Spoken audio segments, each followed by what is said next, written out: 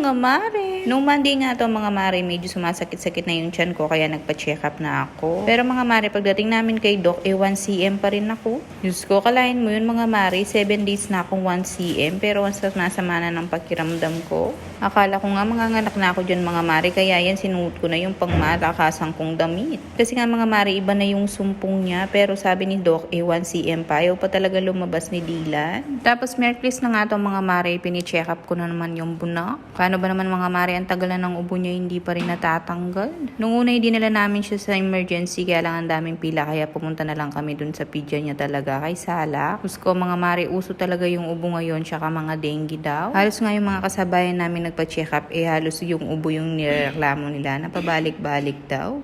Pagdating nga namin kay Dr. Salak, pang number 15 nga kami, hindi pa muna kami pinapasok, kaya yan ang bunak, nagmerienda muna. Pero buti na nga lang, mabilis nga lang magtawag ng pasyente si doktora, kaya agad din naman kaming natapos. Pero alam niyo mga mare, pagkatapos nga namin pina-check up ang bunak, sumasakit na talaga yung tiyan ko, kaya ang sabi ng mudra, punta na daw kami sa hospital. Abay, mahirap na, baka nga mga anak ako sa bahay, hindi namin alam yung gagawin namin. Sa district hospital nga lang sana ako magpapa-admit mga mare, kaya lang punong-puno, pati sa kapas daw puno. Yung sinuggest nga ni doktora mga mare, kay Atanasio na lang kami, dito nga maraming available na kwarto. Diyos ko mga mare, hindi nga namin alam kung makakalabas kami yan, kung kaya namin bayaran yung bill namin. Charis. Pero dahil nga sumasakit na yung tiyan ko, no choice kami, kaya nga nagpa-admit na nga kami dito. Anong unang salang nga sa akin mga mare, 2 to 3 cm na naman ako, Diyos ko. Kaya sabi ko, manganganak kaya ako. Alam niyo naman mga mare, ang tagal bumukas ng cervix ko, kaya natatakot ako baka magtagal kami dito sa hospital, Diyos ko. Medyo iba na kasi yung sakit mga mare, kaya sabi ko kay Mudra,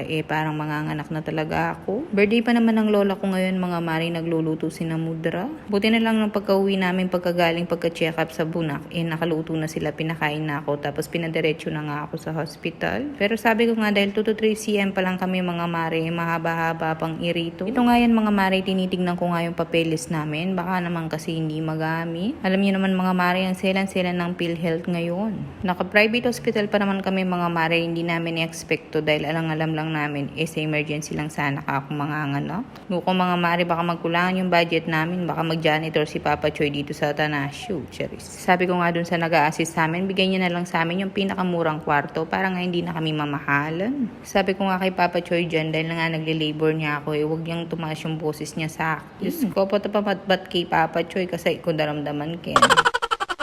Nuko mga mare, sobrang sakit talaga dyan. Buti na lang hindi pa nga madalas yung sumpo. Sabi nga ng mga nurse, medyo matatagalan pa nga daw dahil nakakatawa pa ako. Diyos ko mga mare, yun talagang sakripisyo ng mga nanay niya. Ang sakit-sakit mga ano. Ako pa naman mga mare, napakatagal kong mag-labor. Ayaw lumabas agad. O siya mga mare.